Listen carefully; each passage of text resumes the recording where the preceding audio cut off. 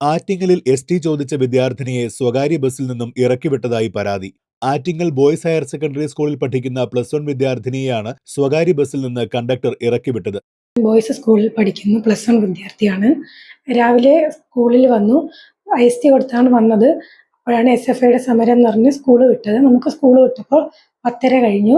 10:30 കഴിഞ്ഞ ശേഷം നേരെ പ്രൈവറ്റ് സ്റ്റാൻഡിൽ പോവുകയും അവിടെ നിന്ന് ബസ് കയറി അവനോഞ്ചേരിയിലാണ് വീട്. അവനോഞ്ചേരിയിലേക്ക് പോകാനായിട്ട് അഖില ബസ്സിൽ കയറി. ടിക്കറ്റ് കൊടുക്കാനായിട്ട് എസ്.ടി കൊടുത്ത് 5 രൂപ കൊടുത്തപ്പോൾ അയാൾ എന്നോട് 10 രൂപ വേണമെന്ന് ആവശ്യപ്പെട്ടു. 10 രൂപ തരില്ല, എസ്.ടി ആണ്, സ്കൂൾ വിട്ടതേ ഉള്ളൂ എന്ന് ചോദിച്ചപ്പോഴേക്കും ഇത്രയും നേരം എവിടെ പോരുന്നു എന്ന് ചോദിച്ചു. സ്കൂൾ വിട്ട് എല്ലാ സ്കൂളും 9:30-ക്ക് വിട്ടു, നിങ്ങൾ മാത്രം എവിടെ പോരുന്നു എന്ന് ചോദിച്ചു.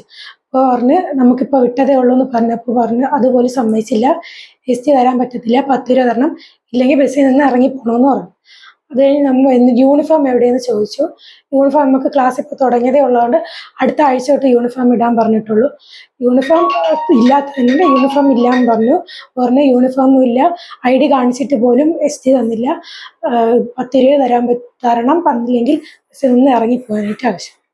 എസ്.എഫ്.ഐ പ്രഖ്യാപിച്ച വിദ്യാർത്ഥി സമരവുമായി ബന്ധപ്പെട്ട് സ്കൂളുകൾക്ക് ഇന്ന് അവധി നൽകിയിരുന്നു. സ്കൂളിലെത്തി അറ്റൻഡൻസ് നൽകിയ ശേഷം തിരികെ വീട്ടിലേക്ക് പോകാനായി ആറ്റിങ്ങൽ പ്രൈവറ്റ് ബസ് സ്റ്റാൻഡിൽ നിന്ന് അവനവഞ്ചേരി ഭാഗത്തേക്ക് പോകാനായി അഖില എന്ന സ്വകാര്യ ബസ്സിൽ കയറിയ വിദ്യാർത്ഥിനി എസ്.ടി ആവശ്യപ്പെട്ടപ്പോൾ അത് നൽകാൻ കഴിയില്ലെന്നും 10 രൂപ മിനിമം ചാർജ് നൽകണമെന്നും കണ്ടക്ടർ ആവശ്യപ്പെട്ടു.